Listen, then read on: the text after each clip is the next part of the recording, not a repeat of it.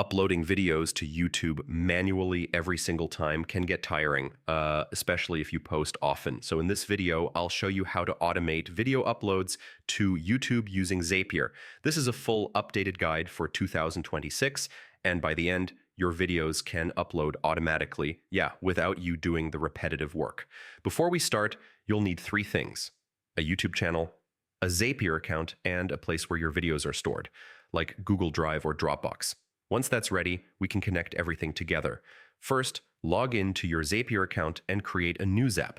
A Zap is basically an automation that connects two apps and tells them what to do. So, think of it as a bridge. Now choose your trigger app. This is where your video will come from. For example, you can select Google Drive and set the trigger to New File in Folder. That means whenever a new video appears in that folder, the automation starts. Next, choose YouTube as the action app. Set the action to upload video.